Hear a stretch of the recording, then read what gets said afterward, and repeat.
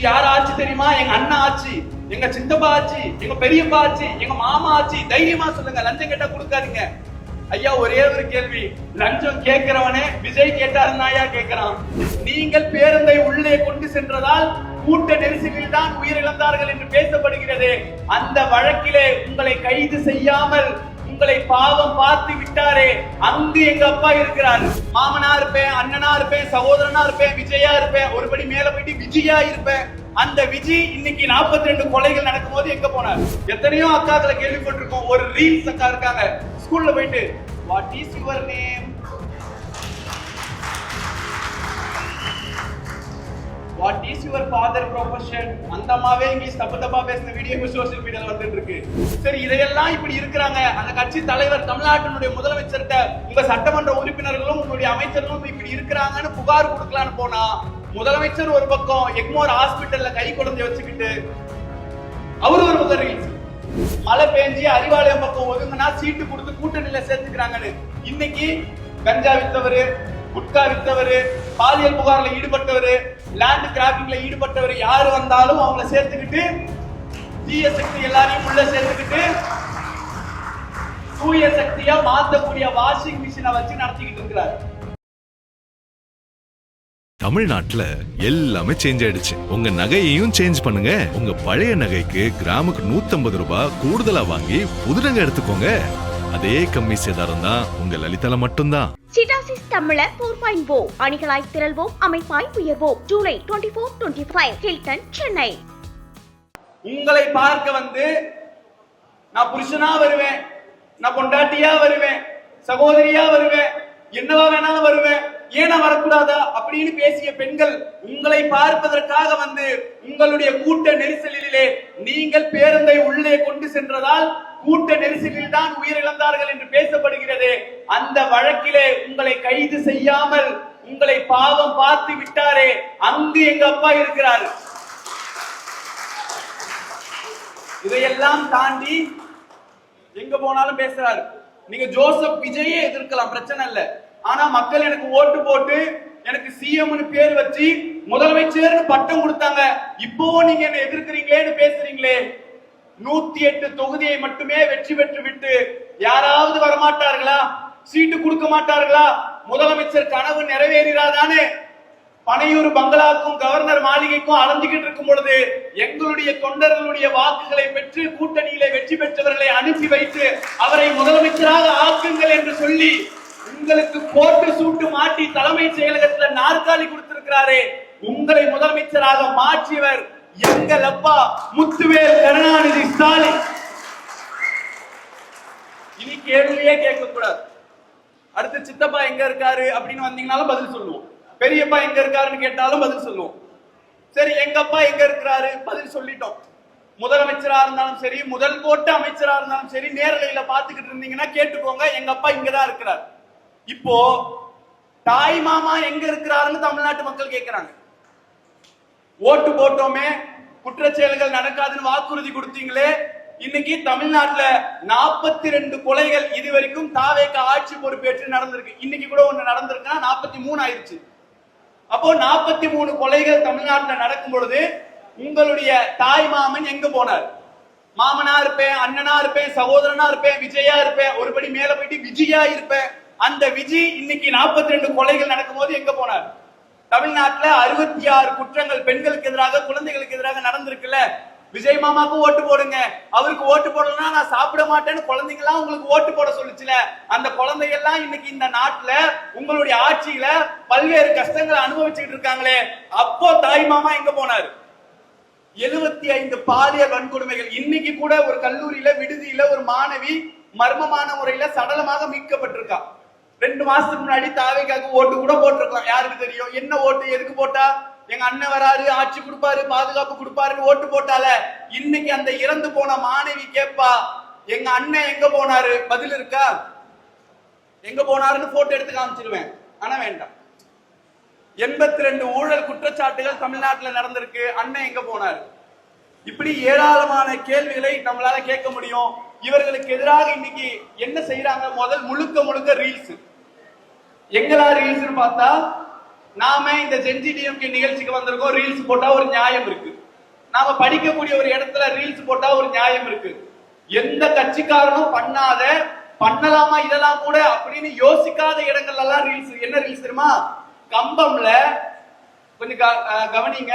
கம்பம்ல ஒரு சட்டமன்ற உறுப்பினர், ஒரு தூய்மை பணியாளர் இறந்துட்டார். இறந்தவரோட வீட்டுக்கு போயிட்டு மரியாதை செலுத்திட்டு மாலை போட்டுட்டு வந்தா பிரச்சனை இல்லை. இன்னைக்கு நாங்க எங்க வந்திருக்கோம் தெரியுமா? ஒரு தூய்மை பணியாளர், நம்முடைய பகுதியை தூய்மை செய்தவர் இறந்திருக்கிறாரு, அவருக்காக இறுதி அஞ்சலி செலுத்துவதற்காக வந்திருக்கிறோம். அங்க நின்று ரீல்ஸ். எந்த அளவுக்குன்னா, தூய்மை பணியாளர் இறந்து போன ஒரு உடல் இருக்கு, பக்கத்துல அவங்க அம்மா அவங்க மனைவி அழுதுகிட்டு இருக்காங்க. அந்த உடலையும் அந்த அம்மா அந்த மனைவியையும் கவர் பண்ணிக்கிட்டு அதுக்கு பின்னாடி நின்றுகிட்டு ரீல்ஸ் போட்டு, அதுக்கு ஒரு கத்தி பிஜிஎம் போட்டு ஒரு ரீல்ஸ் போடுறாரு. சரி, இப்படி ஒரு சட்டமன்ற உறுப்பினர் இருக்கிறாரு. சரி, 1 2 இருக்கதான செய்யும். இந்த செல்லூர் ராஜு அந்த மாதிரிலாம் இருக்கதான செய்வாங்கன்னு விட்டுறலான்னு பார்த்தா, ரேஷன் கடை பொருட்களை ஆய்வு பண்ண போறேன்னு சொல்லிட்டு அங்க ஒரு போனை எடுத்துக்கிட்டு, லாரி டயர் தேஞ்சிருக்கே, இது ரோட்ல போனா ஸ்கிட் ஆகுமே, நானும் ஒரு லாரி டிரைவர் தான், என்னப்பா லாரி டிரைவர் வச்சிருக்கீங்கன்னு ஒரு பையனுக்கு போன் போட்டு அசிங்கப்பட்ட வீடியோ பாத்தீங்களா? லாரி டிரைவருக்கு ரேஷன் பொருட்கள் ஆய்வு பண்ண போனா அந்த வேலையை பார்க்கணும். போய் நின்றுகிட்டு லாரி டிரைவர் மாதிரி நின்றுகிட்டு லாரி டயர் ஏன் இப்படி இருக்குன்னு ஆய்வு. சரி, இது ஒரு சட்டமன்ற உறுப்பினர்னு பார்த்தா ஒரு அக்கா, ரொம்ப ஃபேமஸான அக்கா இந்த ஆட்சியிலேயே அவங்கதான். எத்தனையோ அக்காக்களை கேள்விப்பட்டிருக்கோம். ஒரு ரீல்ஸ் அக்கா இருக்காங்க, ஸ்கூல்ல போயிட்டு வாட் இஸ் யுவர் நேம்,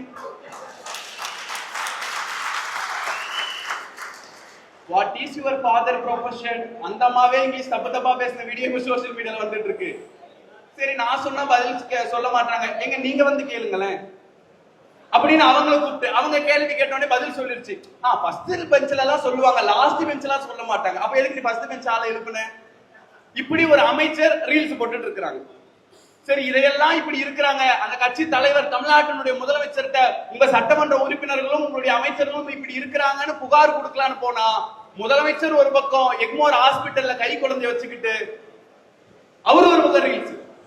இப்படி சட்டமன்ற உறுப்பினர்கள் இருந்து அமைச்சர்கள் இருந்து முதலமைச்சர் வரைக்கும் எல்லா நபர்களும் ரீல்ஸ் போட்டுதான் நடந்துகிட்டு இருக்காங்க. இந்த ஆட்சி என்பது சோஃபா மாடல் ஆட்சியா இருக்கு. யாரு வேணாலும் கட்சியில சேருங்க. நம்மள விமர்சனம் செஞ்சாரு, மழை பெஞ்சி அறிவாலயம் பக்கம் ஒதுங்கினா சீட்டு கொடுத்து கூட்டணியில சேர்த்துக்கிறாங்கன்னு. இன்னைக்கு கஞ்சா வித்தவரு, குட்கா வித்தவரு, பாலியல் புகார்ல ஈடுபட்டவரு, லேண்ட் கிராபிங்ல ஈடுபட்டவர் யாரு வந்தாலும் அவங்கள சேர்த்துக்கிட்டு தீய சக்தி எல்லாரையும் உள்ள சேர்த்துக்கிட்டு தூய சக்தியா மாத்தக்கூடிய வாஷிங் மிஷினை வச்சு நடத்திக்கிட்டு இருக்கிறார். நடத்துறாரா? இதுவெல்லாம் போகட்டும். சரி, உங்களை அடிக்க வேணாம், 6 மாசம் அவகாசம் கொடுத்துருக்கலாம், அதனால 6 மாசத்துக்கு நாங்க பேச மாட்டோம் அப்படின்னு அமைதியா இருந்தா கூட, நேத்து கரூர்ல இந்த விஷயத்தை மட்டும் சொல்லி முடிச்சுக்கிறேன். கரூர்ல சொல்றாரு, எல்லா தப்பையும் அவங்க பண்ணிட்டு பழிய ஏன் மேல போடுறாங்க, இததான் பேசுவாருன்னு எங்களுக்கு முன்னாடியே தெரியும். ஸ்டாலின் என்ன சொன்னாரு? எந்த கட்சி தலைவர்களுமே அவர்களுடைய தொண்டர்கள் இறப்பதை விரும்ப மாட்டார்கள் என்றுதான் சட்டமன்றத்தை சொன்னாரே தவிர விஜய் தான் காரணம்னு சொல்லல. அப்படி சொல்லி இருந்தா அன்னைக்கே உங்களை கைது பண்ணிருப்பாங்க. அப்போ பொய்யான விஷயத்தை மக்கள் மத்தியில பதிக்கிறார். 2வது, பார்ட்டி ஃபண்டுன்னு தான் சொன்னேன், உடனே ஓடிட்டாங்க. உண்மையா எந்திரிச்சு ஓடினாங்களா? எதிர்கட்சி தலைவர் உதயநிதி ஸ்டாலின் அவர்கள் எந்திரிச்சு பார்ட்டின்னு சொன்னீங்க, எந்த பார்ட்டின்னு சொல்லுங்க, எந்த ஃபண்டுன்னு சொல்லுங்க, திராணி இருந்தால் பார்ட்டி ஃபண்டை பத்தி விளக்கம் கொடுங்கன்னு கேட்டாரு. பதில் சொல்ல முடியாமல் நின்றது நீங்களும் உங்களுடைய அமைச்சர்களும். அப்போ ஒரு பொய்யான விஷயத்தை கொண்டு போறது. அடுத்து நினைவு சின்னம் பாட்டு வேற, ரொம்ப நாள் ஆச்சுல்ல, லாஸ்டா ஜனநாயகன் பாடினது. நேத்து ஒரு பாட்டு, நிக்காம ஓடு ஓடு ஓடு ஓடு ஓடு ஓடு ஓடு ஓடு ஓடு ஓடு ஓடு ஓடு ஓடு ஓடு வரா பாரு வேட்டக்காரன். யாரா? யார் எங்க இருந்து ஓடினா? கரூர்ல 41 பேர் செத்ததுக்கு அப்புறம் அங்க இருந்து திருச்சிக்கு ஓடினது, திருச்சியில இருந்து தனி விமானம் பிடிச்சி சென்னைக்கு ஓடினது யாரு? தமிழ்நாட்டில் இருக்கக்கூடிய ஒட்டுமொத்த நபர்களுக்கும் தெரியும். மக்களுக்கு ஒரு பிரச்சனைன்னு வந்த உடனே ஓடின தலைவர் யாரு? எங்கோ இருக்கக்கூடிய ஒரு தலைவர். சென்னையில இருந்து வேக வேகமாக கரூர்ல மக்கள் இறந்திருக்கிறாங்க. இறந்தவர்கள் என் மக்கள் என்று சொல்லி சென்னையில் இருந்து கரூருக்கு வந்தவர் எந்த தலைவர் என்று தமிழ்நாட்டு மக்கள் அறிவார்கள். உங்களை பார்க்க வந்து இறந்திருக்கலாம், உங்க கூட்டத்தை இறந்திருக்கலாம். உங்கள் மக்களை விட்டு நீங்க ஓடும் பொழுது உங்கள் மக்களை சந்திப்பதற்காக எங்க தலைவர் வந்தார். இதை விட்டா லஞ்சம் கேட்டா கொடுக்காதீங்க, ஏன் பேரை சொல்லுங்க. இது யார் ஆட்சி தெரியுமா? எங்க அண்ணா ஆட்சி, எங்க சித்தப்பா ஆட்சி, எங்க பெரியப்பா ஆட்சி, எங்க மாமா ஆட்சி. தைரியமா சொல்லுங்க, லஞ்சம் கேட்டா கொடுக்காதீங்க. ஐயா ஒரே ஒரு கேள்வி, லஞ்சம் கேட்கிறவனே விஜய் கேட்டாருன்னாயா கேட்கிறான்? வழக்கறிஞர்களை நியமிக்கிறதுக்கு 5 லட்சத்துல இருந்து 35 லட்சம் ரூபாய் வரைக்கும் கேட்கிறாங்கன்னு உங்களுடைய கட்சி பொதுச் செயலாளர் தமிழ்நாட்டினுடைய அமைச்சர் தான் கேட்கிறாரு. உங்க பார்வைக்கு தெரியாம நடக்குது. அப்ப இது ஒரு பக்கம். வலியோட இருந்தேன். எத்தனையோ வலிகள் எல்லாருக்குமே வாழ்க்கையில வரும். ஆனா எனக்கு பெரிய வலின்னு சொன்னா அது கரூர்ல நடந்ததுதான். அந்த வலியோட தான் இருந்தார். உண்மையா சொல்றேன், நகைச்சுவைக்காக சொல்லல, நம்புங்க. அண்ணன் அந்த வலியோடு தான் இருந்து கொண்டிருந்தார். அதனால்தான் மலேசியாவிற்கு செல்லும் பொழுது கூட தளபதி கச்சேரின்னு அந்த வழியோட தேய்த்து கொண்டிருக்கக்கூடிய வீடியோவை தான் நீங்க பாத்தீங்க. அது டான்ஸ் வீடியோ கிடையாது. அண்ணனுக்கு ஏற்பட்ட வழி, கையில கால்ல முதுகுல எல்லா இடத்துலயும் வலி. அந்த வலியோடு மக்களை முன்னாடி போய் டான்ஸ் ஆடிக்கிட்டு இருந்தார். இறுதியா ஒண்ணே ஒண்ணு, இன்னைக்கு நம்மளுடைய இளைஞர்கள் நாங்க உதயண்ணா தம்பிங்க அப்படின்னு பேசும் பொழுது இன்னொருத்தர் அங்க மேடை போட்டு பேசுறாரு, நீங்க உதயண்ணா தம்பிங்கன்னா நாங்க சிஎம் விஜய் அண்ணா தம்பிங்கடா அப்படின்னு. நாங்கள் உதயண்ணா தம்பிகள் என்று சொல்வதற்கான காரணம், தமிழ்நாட்டிலே இந்தியாவிலே மலேரியா எப்படி ஒழிக்கப்பட வேண்டுமோ, டெங்கு எப்படி ஒழிக்கப்படுமோ, அதே போல மக்களை பிரிக்கும் சனாதனம் ஒழிக்கப்பட வேண்டும் என்று சொன்னார். அதனால் நாங்கள் உதயண்ணாவின் தம்பிகள். இதை சொல்லக்கூடிய தைரியம் உங்களுக்கு இருக்கா? கரூர் கூட்ட நெரிசல்ல இறந்து பொழுது ஓடி போனது நீங்க, விஜய் அண்ணா தம்பிகளுக்கு சொல்றேன், ஓடி போனது உங்க அண்ணன். எங்கோ இருந்து அந்த மக்களை தேடி போனது எங்க அண்ணன். அதனால் சொல்கிறோம் நாங்கள் உதய் அண்ணா தம்பிகள். தெருவுல விளையாடிக்கிட்டு இருந்த மாணவர்களை கூட்டிட்டு போயிட்டு நீங்கள் விளையாடக்கூடிய இடம் இது கிடையாது, மைதானத்துல விளையாடுங்க, டிஸ்ட்ரிக்ட் லெவல்ல விளையாடுங்க, ஸ்டேட் லெவல்ல விளையாடுங்க, நேஷனல் லெவல்ல விளையாடுங்கன்னு சாதாரண மாணவர்களை விளையாட்டு வீரர்களாக மாற்றியது எங்கள் அண்ணன். அதனால் நாங்கள் உதயண்ணன் தம்பிகள்.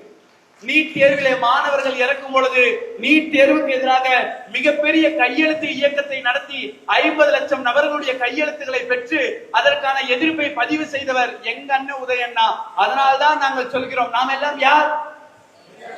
நாம் எல்லாம் யார்? இதையெல்லாம் செய்ததால் அவர் எங்களுடைய அண்ணன். இன்றும் சொல்வோம், பெருமையோடு சொல்வோம், சனாதனத்தை எதிர்க்கும் வரைக்கும், பாஜகவை எதிர்க்கும் வரைக்கும் எங்கள் அண்ணன் இருப்பார் என்று சொன்னால் நாங்கள் உதயண்ணாவின் தம்பிகள் தான். இறுதியாக முதலமைச்சருக்கு ஒரே ஒரு விஷயம், கரூர்ல பாதிக்கப்பட்ட மக்களுக்கு ஒரு நினைவு சின்னத்தை அமைக்க போறேன் அப்படின்னு சொன்னாரு. முதலமைச்சர் விரும்பினால், முதலமைச்சர் ஆசைப்பட்டால், முதலமைச்சர் ஏற்றுக்கொண்டால் இதை நினைவு சின்னமாக வையுங்கள் என்று உங்களிடத்தில் தாழ்மையோடு கேட்டுக்கொள்கிறோம். இதை வச்சிட்டீங்கன்னு சொன்னா மக்களுக்கு அடுத்து வரக்கூடிய தலைமுறையினருக்கும் உங்களுடைய வண்டவாளம் தண்டவாளம் வரலாறு எல்லாம் தெரியும் என்று கூறி நிறைவு செய்கிறேன். தமிழ்நாட்டுல எல்லாமே சேஞ்ச் ஆயிடுச்சு. உங்க நகையையும் சேஞ்ச் பண்ணுங்க. உங்க பழைய நகைக்கு கிராமுக்கு 150 ரூபாய் கூடுதலா வாங்கி புது நகை எடுத்துக்கோங்க.